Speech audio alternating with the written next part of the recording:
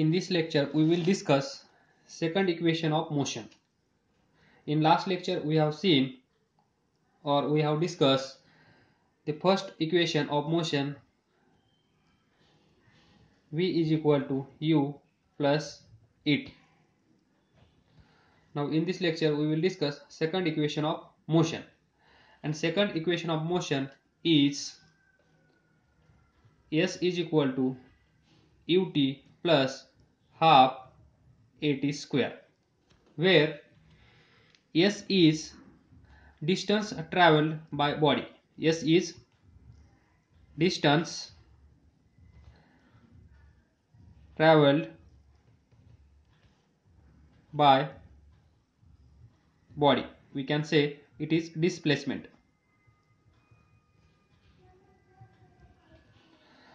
Now see, u is initial velocity of body. Initial velocity of body. A is uniform acceleration of body. Uniform acceleration of body. And t is time taken. Time taken by body. See, this is the second equation of motion. या इक्वेशनचा वापर करून आपण ती body इथे असेल, काही काळानंतर ती इथे जाईल, तर हे डिस्टन्स किती आहे, what is distance travelled by this body with initial velocity u, with uniform acceleration a, and time taken by this body to reach here. He body इथून इथे गेली तर जाण्यासाठी काहीतरी वेळ लागेल, तो टाइम t. ही बॉडी इथून निघाली आहे म्हणजे या बॉडीचा काहीतरी स्पीड वेलोसिटी असेल इनिशियली, दॅट इज u. आणि ही बॉडी इथे जात असताना त्या बॉडीचं काहीतरी ॲक्सेलरेशन पण असेल, that is A is equal to A, uniform acceleration from this to this place. हे डिस्टन्स किती आहे, हे डिस्टन्स समजा s. हे जर डिस्टन्स आपण s कन्सिडर केलं तर distance travelled by body, distance travelled by body can be determined by using second equation of motion. In short, it gives distance traveled by body in time t. That is, it gives distance traveled by body in time t. एवढ्या वेळेमध्ये या बॉडीनं किती distance travel केलं हे distance find करण्यासाठी आपण second equation of motion use करणार. Now we will see small derivation like first equation of motion. See derivation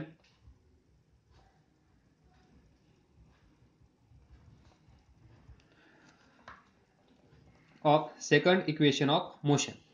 Suppose body has initial velocity u. Suppose this is body.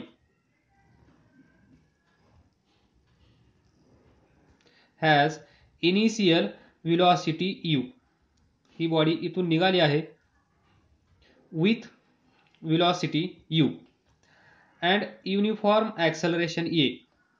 या बॉडीचा acceleration किती आहे a, आणि ते कसं असलं पाहिजे uniform acceleration of body. A for time t. Initially body इथे आहे, काही वेळानंतर ती बॉडी इथे असेल, तर इथे जाण्यासाठी त्या बॉडीला काहीतरी वेळ लागला असेल, तो आपण कन्सिडर करूया टाइम t. म्हणजेच body has initial velocity u and uniform acceleration a for time t so that its final velocity becomes, त्यावेळेस ज्यावेळेस बॉडी इथे आली असेल त्यावेळेस इथे जी वेलोसिटी असेल या बॉडीची तिला आपण काय म्हणतो, final velocity. Final velocity of body इथे असेल ती initial velocity of body you, इथे असेल ती व्ही. समजा या बॉडीने एवढ्या वेळेमध्ये या इनिशियल वेलोसिटीने डिस्टन्स ट्रॅव्हल केला आहे S, that is S be distance travel by body, be distance travel by body. The distance traveled by body in time t can be found out by considering its average velocity. आपण मागच्या लेक्चरमध्ये एक topic discuss केला होता, तो कोणता, VAVG, that is average velocity. जेव्हा acceleration म्हणल्यानंतर जर एखादी बॉडी ॲक्सेलरेट होत आहे याचा अर्थ काय, तो आपण परत एक्सप्लेन करत आहोत. ॲक्सेलरेट होत आहे म्हणजे प्रत्येक सेकंदाला त्या बॉडीचा स्पीड म्हणजेच वेलोसिटी वाढत असणार. जर ही वेलोसिटी युनिफॉर्म रेटनी वाढत असेल, 1 second 2 metre per second, 1 second 2 metre per second, हा रेट कसा आहे, युनिफॉर्म रेट और युनिफॉर्म चेंज इन वेलोसिटी. ही जी वेलोसिटी चेंज होत आहे ती पहा प्रत्येक सेकंदाला सेम अमाऊंटनी चेंज होत आहे. या सेकंदामध्ये 2 मीटर पर सेकंद इन्क्रीज झाली, या सेकंदामध्ये पण ती 2 मीटर पर सेकंद इन्क्रीज झाली, या सेकंदामध्ये पण ती 2 मीटर पर सेकंदच इन्क्रीज झाली. याचा अर्थ काय, कोणतं ॲक्सेलरेशन आहे इथे, युनिफॉर्म ॲक्सेलरेशन. Uniform acceleration. ज्यावेळेस अशी कंडिशन असेल त्यावेळेस आपल्याकडे एक शॉर्टकटचा फॉर्म्युला आहे टू फाइंड ॲव्हरेज वेलोसिटी, आणि तो आहे initial velocity plus final velocity divided by 2 average. म्हणजे initially this body has this velocity, finally this body has this velocity, that is initial velocity and final velocity. या दोघांचं average कसं find करतो आपण, u plus v divided by 2. पण केव्हा, जेव्हा ही condition satisfy होत असेल तेव्हा. वेलोसिटी चेंज होत असेल त्या वेलोसिटीचा चेंज होण्याचा रेट सेम असेल तर. पहा इथे वेलोसिटी चेंज होत आहे हे आपल्याला मान्य आहे, पण वेलोसिटी जी चेंज होत आहे त्या चेंज होण्याचा रेट कसा आहे पहा. रेट इथे पण 2 मीटर पर सेकंद, इथे पण 2 मीटर पर सेकंद, इथे पण 2 metre per second and next also 2 metre per second. Uniform rate, इथे पहा uniform rate of changing velocity, त्यालाच आपण म्हणतो युनिफॉर्म चेंज इन वेलोसिटी. आणि तीच टर्म असते आपल्याला ॲक्सेलरेशन मध्ये, uniform acceleration of body. He condition satisfy होत असेल तर आपण त्या बॉडीचा ॲव्हरेज वेलोसिटी अशी फाइंड करतो. Average velocity, initial velocity plus final velocity divided by 2, हे असेल ॲव्हरेज वेलोसिटीचा फॉर्म्युला. पण लक्षात ठेवायचं आहे तुम्हाला, ही कंडिशन तिथे असली पाहिजे म्हणजे थोडक्यात लक्षात ठेवण्यासाठी काय लक्षात ठेवावं लागेल, युनिफॉर्म ऍक्सेलरेशन असलं पाहिजे, तेव्हा आपण हा फॉर्म्युला यूज करू शकतो. Then we know that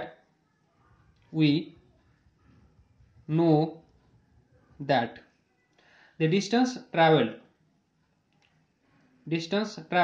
or average velocity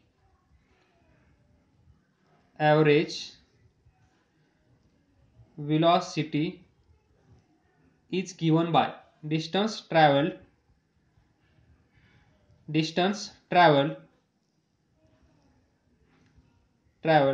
divided by time taken. This also we have discussed. जर कोणाला माहित नसेल तर मागच्या लेक्चर मध्ये जाऊन ते पहा. इथून पहा आपल्याला फाइंड काय करायचं आहे, सेकंड इक्वेशन ऑफ मोशन आपल्याला काय देतं, distance travel by body.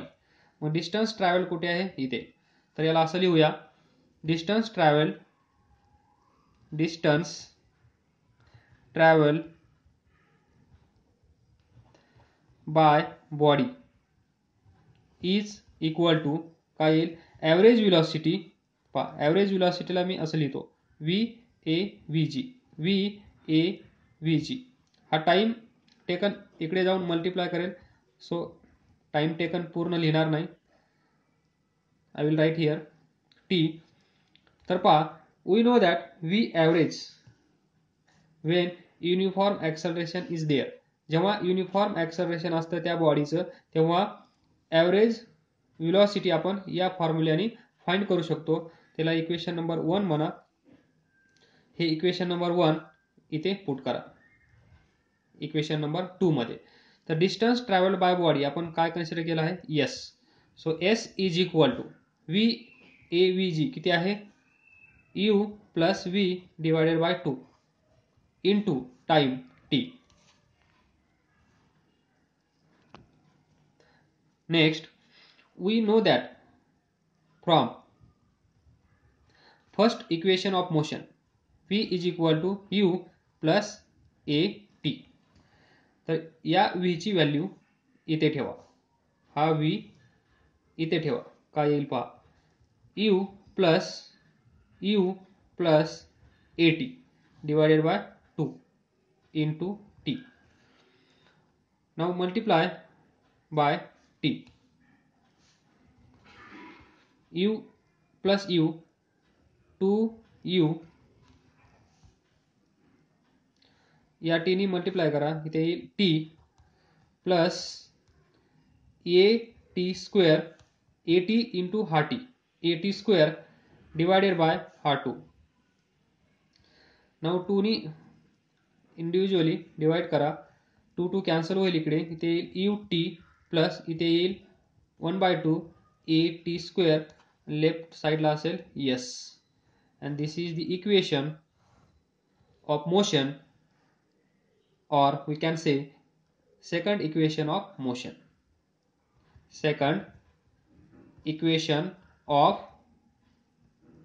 motion. By using this equation we can find the distance traveled by body. He body इथे असेल, या बॉडीचा इनिशियल स्पीड U असेल, इनिशियल व्हेलॉसिटी U असेल. ती बॉडी इथे आल्यानंतर तिचा काहीतरी व्हेलॉसिटी असेल V, या बॉडीचं युनिफॉर्म ॲक्सेलरेशन A असेल, इथे जाण्यासाठी टाइम T लागला असेल, तर हे डिस्टन्स जे असेल ट्रॅव्हल्ड बाय दिस बॉडी, या बॉडीने कव्हर केलेलं डिस्टन्स S किती आहे हे माहित करून घेण्यासाठी, हे फाइंड करण्यासाठी आपण या इक्वेशनचा वापर करू शकतो. पहा इन डिटेल्स हा फॉर्म्युला, S म्हणजे displacement of body, U is initial velocity of body, T is time taken. इथून इथे येण्यासाठी किती वेळ लागला तो T. इनिशियल व्हेलॉसिटी म्हणजे या बॉडीची सुरुवातीला काहीतरी स्पीड असेल, ती स्पीड म्हणजे इनिशियल व्हेलॉसिटी. त्यानंतर A uniform acceleration, he body इथून इकडे जायला निघाली त्यावेळेस काहीतरी एनर्जी घेऊन ती निघेल आणि ती एनर्जी म्हणजे ॲक्सलरेशन. या ॲक्सलरेशननी ती गाडी ती व्हेकल या साईडला जात आहे आणि इथून इथे येण्यासाठी टाइम टी लागला असेल हे आपण डिस्कस केलं आहे. This is the second equation of motion and it is used to calculate distance traveled by body. It is used, we have written, it is used to calculate distance traveled by body in given time t, and this equation should also be memorized because it will be used to solve the numerical problems. हे equation पण तुम्हाला पाठ करायचं आहे. या equation मधले जेवढे parameters आहेत त्यांचा प्रत्येकाचा अर्थ समजून घ्यायचा आहे. यू म्हणजे काय, ए म्हणजे काय, टी म्हणजे काय आणि हा एस म्हणजे काय. ज्यावेळेस तुम्ही फॉर्म्युले पाठ करत असता त्यावेळेस पाठ करत असताना हे काय आहे याचा विचार करायला शिका. फिजिक्समध्ये अर्ध ओझं तुमचं कमी होऊन जाईल जर याचा अर्थ कळला, मिनिंगचा. अदरवाईज फॉर्म्युले तर सर्वजणच पाठ करत असतात, पण यांचा अर्थ भरपूर कमी लोक असतात जे अर्थ पण त्याचा पाठ करत असतात, म्हणजे समजून घेत असतात. प्रत्येक गोष्ट पाठ करणं शक्य नसतं. तर आपण आता याच्यावरचा 1 किंवा 2 क्वेश्चन्स सॉल्व्ह करूया जी ही कन्सेप्ट क्लिअर करेल. See question, a racing car, एक रेसिंग कार आहे, has uniform acceleration of 4 metre per second square. त्या रेसिंग कारचं युनिफॉर्म ॲक्सलरेशन किती आहे? 4 metre per second square. What distance will it cover in 10 seconds after the start. सुरुवात झाल्यानंतर ती racing car ॲक्सलरेट झाल्यानंतर 10 सेकंदामध्ये ती किती डिस्टन्स ट्रॅव्हल करेल हे आपल्याला फाइंड करायचं आहे. Please note down this problem, try to solve. जर नाही सॉल्व झाला तर सोल्युशन पहा. क्वेश्चन काय आहे? अ racing car has uniform acceleration. Uniform acceleration that is a is equal to 4 meter per second square. What distance will it cover? What distance will it cover म्हणजे ही racing car किती distance cover करेल आणि ते आपल्याला भेटतं S find केल्यानंतर question mark. आणि हे डिस्टन्स ट्रॅव्हल करण्यासाठी किती वेळ लागला आहे असं सांगितलं आहे.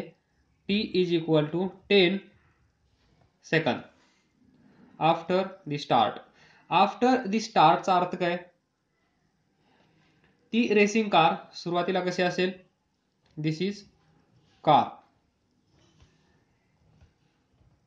दिस इज कार या साईडला जात आहे. तर इकडे जाण्यासाठी सुरुवातीला या कारला काहीतरी स्पीड असणं आवश्यक आहे की नाही? तो काय असतो? You, initial velocity of this car, initial velocity. तर ही कार कशी आहे? आफ्टर स्टार्ट म्हणजे स्टार्ट झाली आहे. स्टार्ट झाली आहे याचा अर्थ काय? Initially this car is at rest. He car सुरुवातीला मोशनमध्ये नाहीये, त्यावेळेस यू ची व्हॅल्यू काय असेल? 0. So we can write here U is equal to 0. Now ही कार 10 सेकंदामध्ये इथे आली.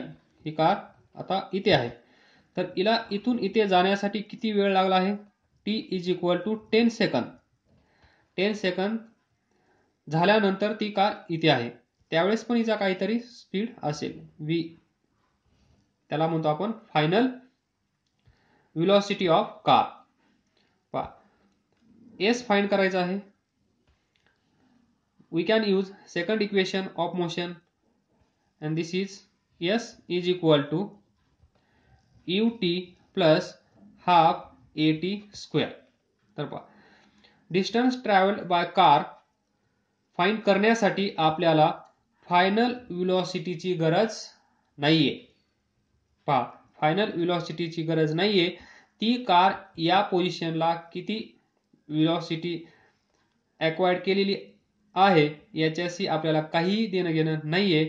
आपल्याला पाहिजे फक्त इनिशियल स्पीड और initial velocity of this car, आणि इथून इथे जाण्यासाठी किती वेळ लागला, आणि ही कार इकडे जात असताना तिचं युनिफॉर्म ॲक्सलरेशन किती आहे. युनिफॉर्म ॲक्सलरेशन, मी परत परत युनिफॉर्म ॲक्सलरेशन हा वर्ड लिहित आहे, कारण हे लॉज, हे इक्वेशन्स तुम्हाला फक्त आणि फक्त युनिफॉर्म ॲक्सलरेशन असेल त्याच वेळेस यूज करायचे आहेत, दॅट इज ए. आणि या प्रॉब्लेम मध्ये ते किती दिलं आहे, 4 metre per second square. So we have all data. Now we can calculate the distance travelled by this car. ड्रायव्हरच नाही या गाडीला, ती जाईल कशी पुढे. दिस इज ड्रायव्हर, तुम्ही आहात, तुमच्यासाठी ती जागा ठेवली होती. You initially car is at rest, so you 0, तो 0 इंटू टी 0 प्लस हाफ ए मीन्स युनिफॉर्म ॲक्सलरेशन. ही कार या साईडला जात आहे त्यावेळेस त्या कारचं ॲक्सलरेशन आहे 4 metre per second square. So right down 4 into T, इथून इथे जाण्यासाठी या कारला किती वेळ लागला आहे, 10 second. So right down 10 square 1/2 400 किती येईल, काढाल question mark. 200 metre the distance travelled by this car, म्हणजे टाइम 10 सेकंद लागला. इनिशियल व्हेलॉसिटी 0 होती, तिचं acceleration 4 metre per second square होतं, त्यावेळेस ती कार इथून इथे गेली आणि ते डिस्टन्स असेल 200 मीटर. तर पहा, we will discuss in details. A 4 metre per second square, याचा अर्थ काय. ए म्हणजे 4 मीटर पर सेकंड स्क्वेअर, याचा अर्थ काय, एका सेकंदामध्ये ही कार 4 मीटर पर सेकंद या स्पीडने, या व्हेलॉसिटीने जात आहे. मग याचा अर्थ काय, याचा 4 मीटर पर सेकंद, एका सेकंदामध्ये ती कार किती डिस्टन्स ट्रॅव्हल करत आहे, 4 मीटर. याचा अर्थ 4 मीटर पर सेकंड स्क्वेअर हे ॲक्सलरेशन असेल, तर त्याला आपण काय म्हणतो, एका सेकंदामध्ये त्या कारचा स्पीड कितीने इन्क्रीज होत आहे, 4 मीटर पर सेकंद. आणि 4 मीटर पर सेकंद चा अर्थ काय असतो, एका सेकंदामध्ये ती कार 4 मीटर डिस्टन्स ट्रॅव्हल करत आहे. याचं प्रत्येक वेळेस इमॅजिन करायला शिका, जेणेकरून तुम्हाला नंतर फिजिक्स अवघड जाणार नाही. Next question, a body starts to slide over horizontal surface with initial velocity 0.5 meter per second. Due to friction, its velocity decreases at the rate of 0.05 meter per second square. Acceleration आहे minus 0.05 meter per second square, decreases at rate 0.05 meter per second square, म्हणजेच speed decrease होत असेल तर acceleration कसं असेल, negative. That is, this is retardation, and negative acceleration is called as retardation.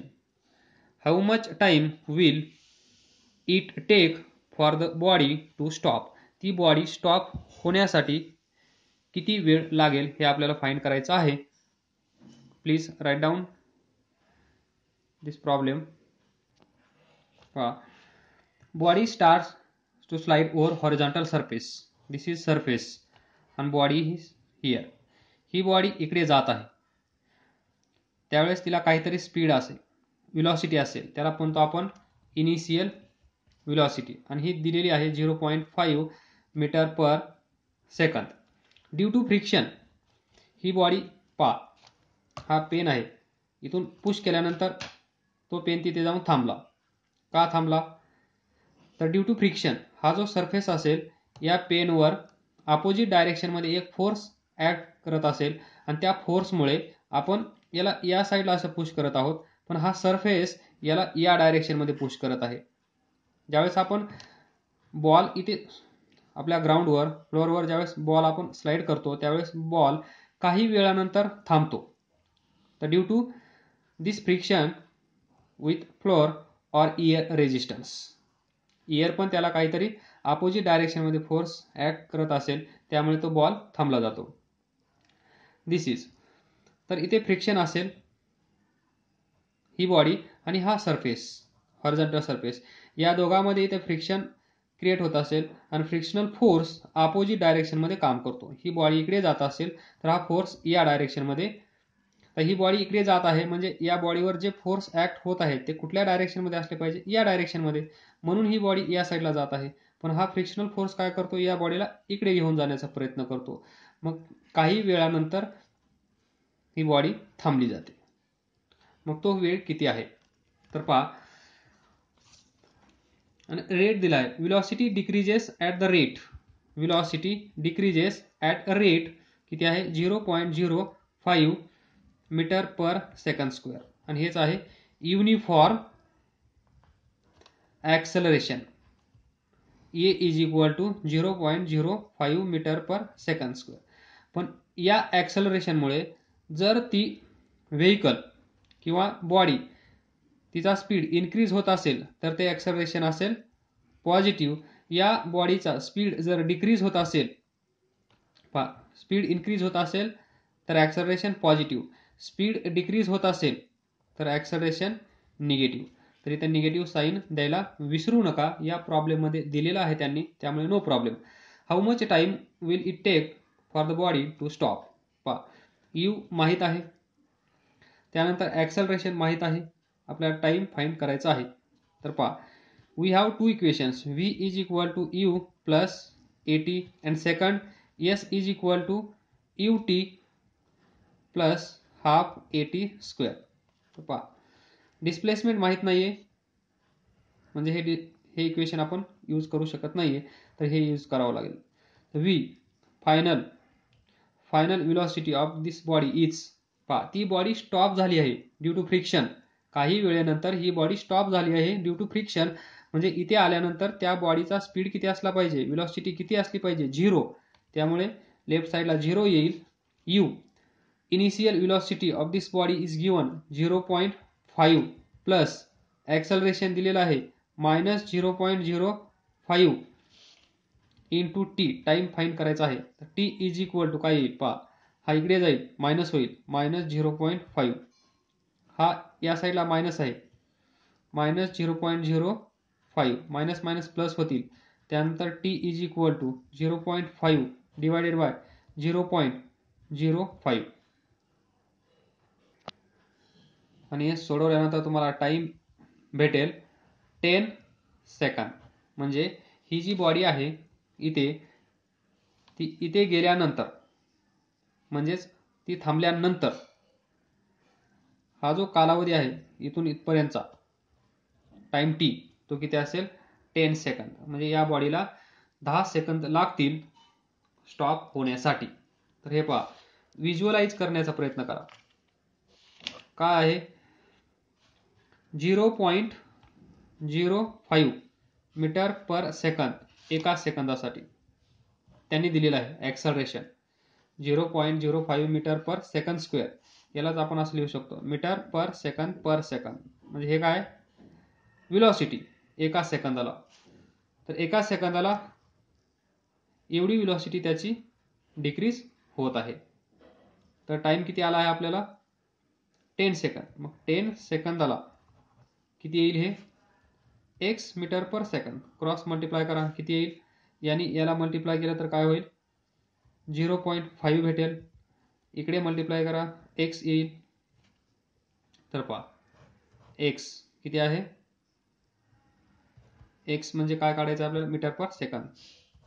तर पहा 0.5 metre per second त्या बॉडीचा इनिशियल स्पीड असला पाहिजे, आणि तो आहे 0.5 मीटर पर सेकंद एवढा स्पीड तिच्याकडे सुरुवातीला असला पाहिजे, तेव्हा ती प्रत्येक सेकंदाला 0.05 मीटर पर सेकंद एवढा स्पीड डिक्रीज झाला तर 10 सेकंद लागतील त्या बॉडीला स्टॉप होण्यासाठी.